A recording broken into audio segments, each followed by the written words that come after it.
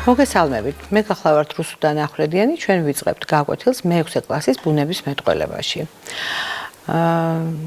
ძალიან გთხოვთ მოიმარჯვოთ თქვენი სახელმძღვანელოები, რომლითაც სწავლობთ, ასევე სამუშაო რვეულები, კალამი და ჩაიწეროთ ყველაფერი, რაც თქვენთვის იქნება საინტერესო, საგულისხმო, ან რაიმე კითხვები თუ გაგიჩნდებათ, ისინი ჩაინიშნეთ.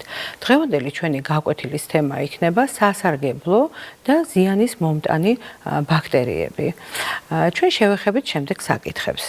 რა სარგებლობის მოტანა შეუძლია ბაქტერიებს? რა პირობებია საჭირო ბაქტერიების გამრავლებისთვის?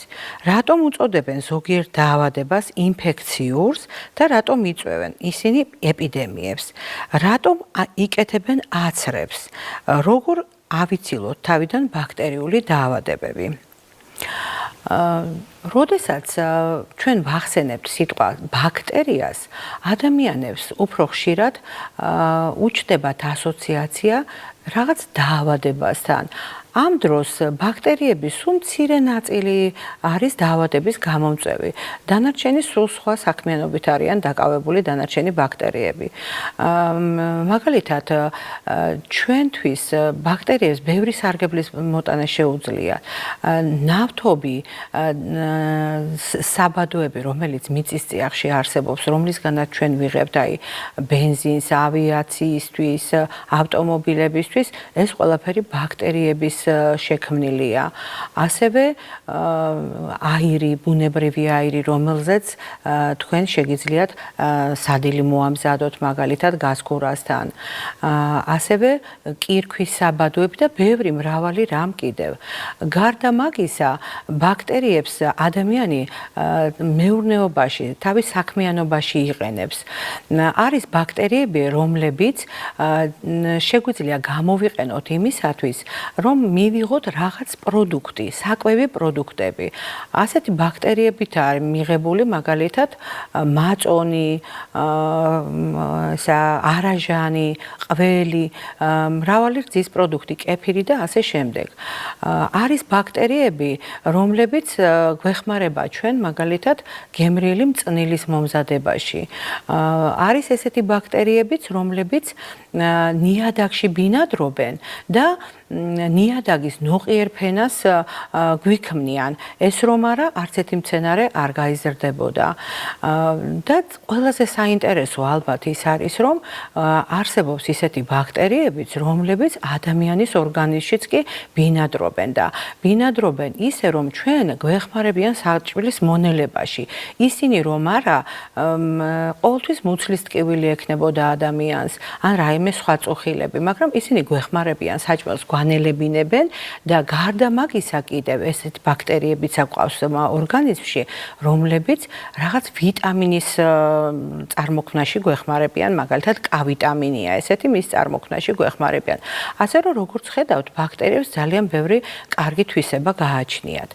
ყველაზე მნიშვნელოვანი ბუნებაში არის კიდევ ის ბაქტერიები, რომლებიც მკვდარ ორგანიზმებს გარდაქმნიან და ან ნეშომპალად გარდაქმნიან, ან გვეხმარებიან მათ მარილებად გარდაქმნაში.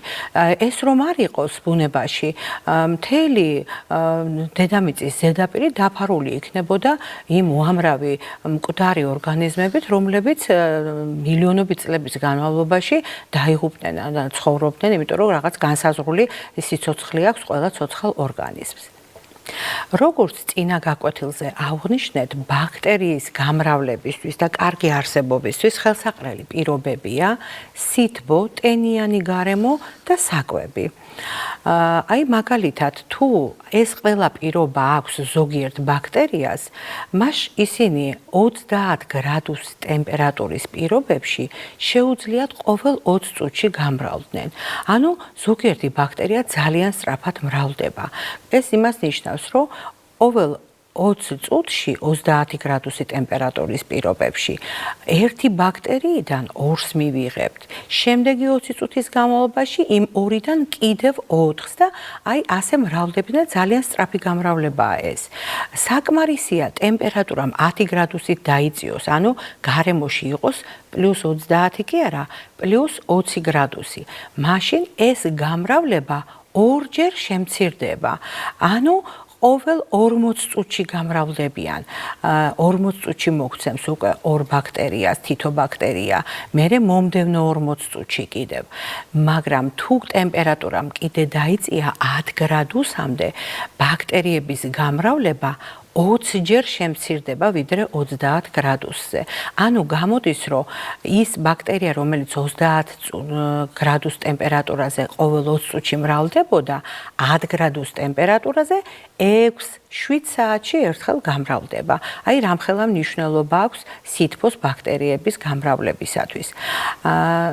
მეორე პირობა ეს არის, როგორც ვთქვით, ტენიანობა, ხო? ტენიანობა აუცილებელია ყველა მიკროორგანიზმისთვის და მათ შორის ბაქტერიისათვის და თუ ჩვენ არ გვინდა დავუშვათ რომელიმე ბაქტერია რომ გამრავლდეს, საკმარისია ისა, რომ მშრალი გარემო, მზის სხივები, გამოშრობა, განიავება ოთახის მოვახდინოთ და ისეთი მავნე ბაქტერიები თუ სადმე იქნებიან და გამრავლებას ახერხებენ ტენიან გარემოში, ეგრევე შეწყვეტენ გამრავლებას.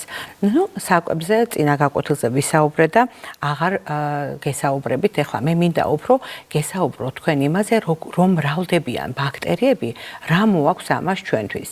აი დაავადების გამომწვევი ბაქტერიების გამრავლების შედეგად ადამიანი ხდება აი ამ თუ ის ადამიანის ორგანიზმშია მით უმეტეს მოხვედრილი ასეთი ბაქტერია მრავლდება ადამიანის ორგანიზმში და დაცემინების, დახველების ან მისი პირადი ნივთების მეშვეობით ეს ბაქტერიები შეიძლება გადაეცეს სხვა ადამიანს, მისგან კიდე სხვას და აი ასეთ დაავადებას, რომლის დროსაც რაიმე დაავადების გამომწვევი მიკროორგანიზმი, მაგალითად ბაქტერია, ამ შემთხვევაში ბაქტერიაზე ვსაუბრობ, თორე ისე ვირუსიც ზუსტად ესე გადაეცემა, თუ გადაეცემა ერთი ადამიანიდან მეორე ადამიანს, ასეთ დაავადებას ეწოდება ინფექციური დაავადებები.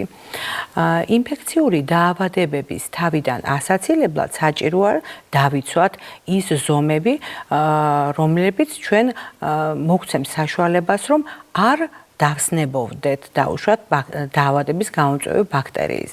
თქვენ სურათს ხედავთ ახლა, სადაც ნაჩვენებია ყველა ის პრევენციული ზომა, რომელიც ჩვენ უნდა დავიცვათ იმისათვის, რომ არ გავხდეთ ინფექციური დაავადების ან მატარებელი, ან გადამცემი. ეს დაავადებები რადგან ადვილად გადაეცემა ერთი ადამიანიდან მეორეს და თუ ადამიანებმა არ დაიცვეს სპეციალური ჰიგიენური ზომები, აუცილებლად იფეთქებს ეპიდემია. ეპიდემია ეს არის უკვე ისეთი მდგომარეობა, როდესაც ინფექციური დაავადება ძალიან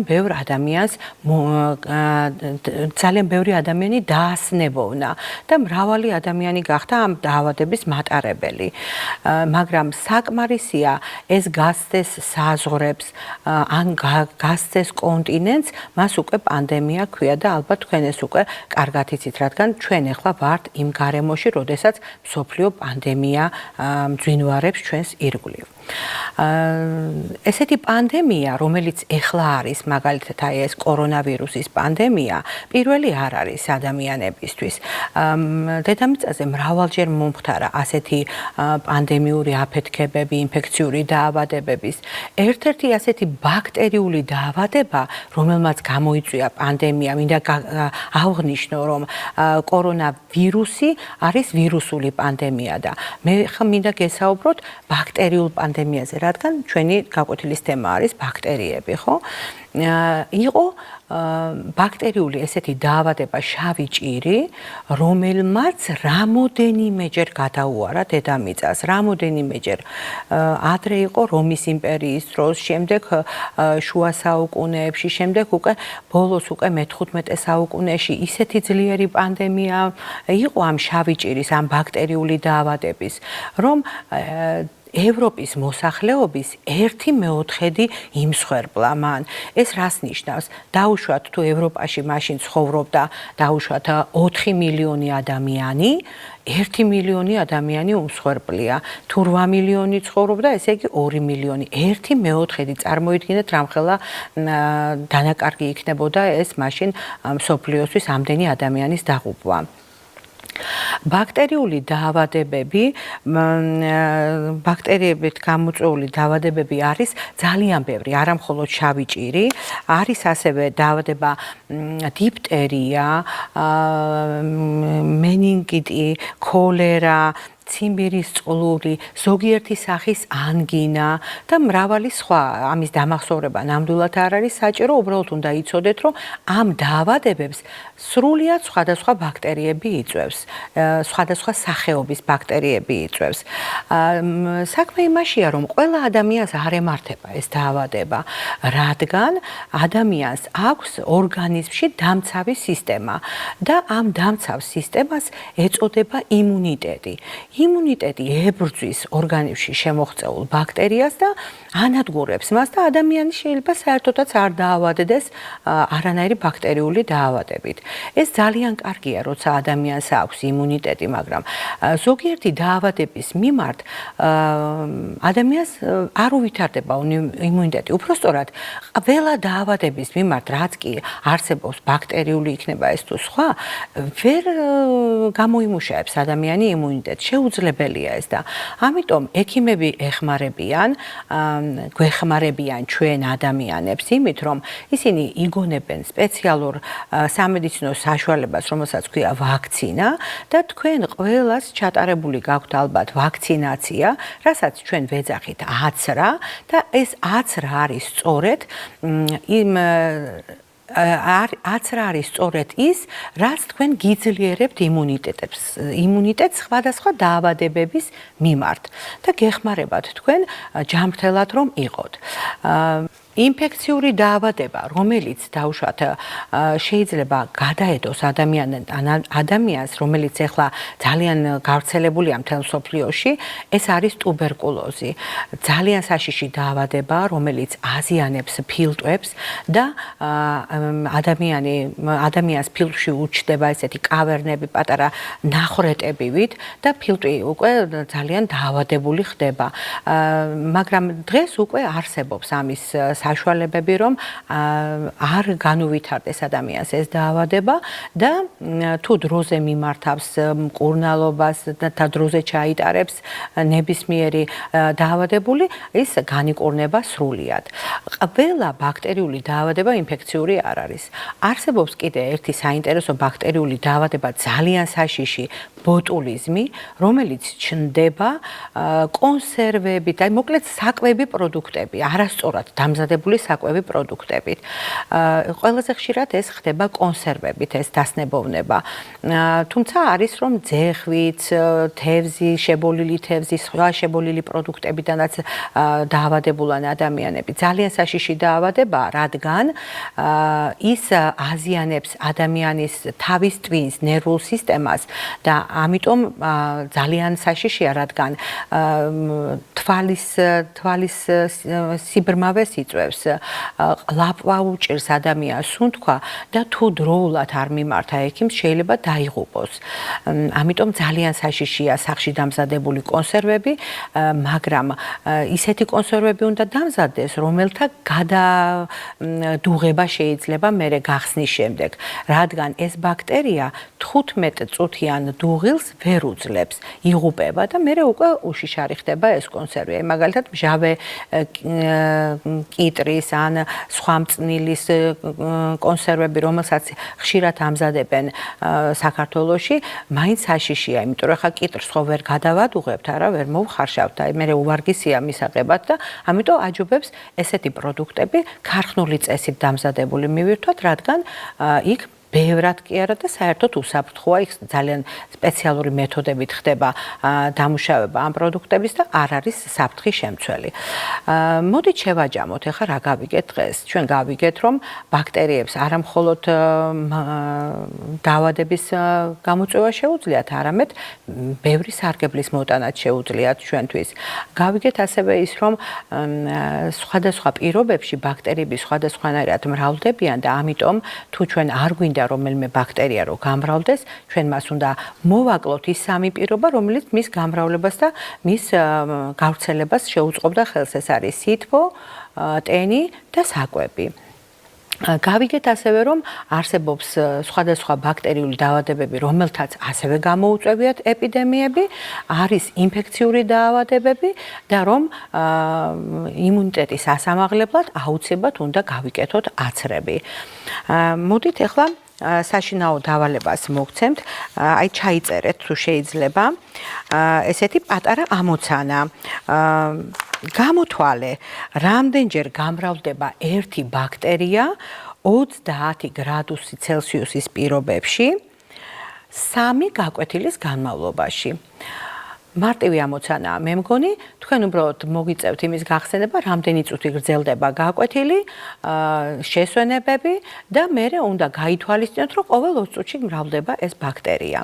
ბავშვებო, მინდა მოგმართოთ ესეთი საინტერესო თხოვნით, რომ შაბათს და კვირას პირველ საათზე, 13 საათზე ჩართოთ ჩვენი საგანმანათლებლო არხი და აუცილებლად უყუროთ არაჩვეულებრივ ფილმს ლურჯი პლანეტა, რომელიც ძალიან ბევრ საინტერესო ინფორმაციას მოგაწვდით. ეხლა მინდა დაგემშვიდობოთ, გისურვოთ წარმატებები და იმედი მაქვს, რომ ეს გაკვეთილი მოგეწონათ, ბევრი თქვენთვის საინტერესო რამ გაიგეთ და მომდევნო გაკვეთილი გვექნება ასევე ძალიან საინტერესო თემაზე.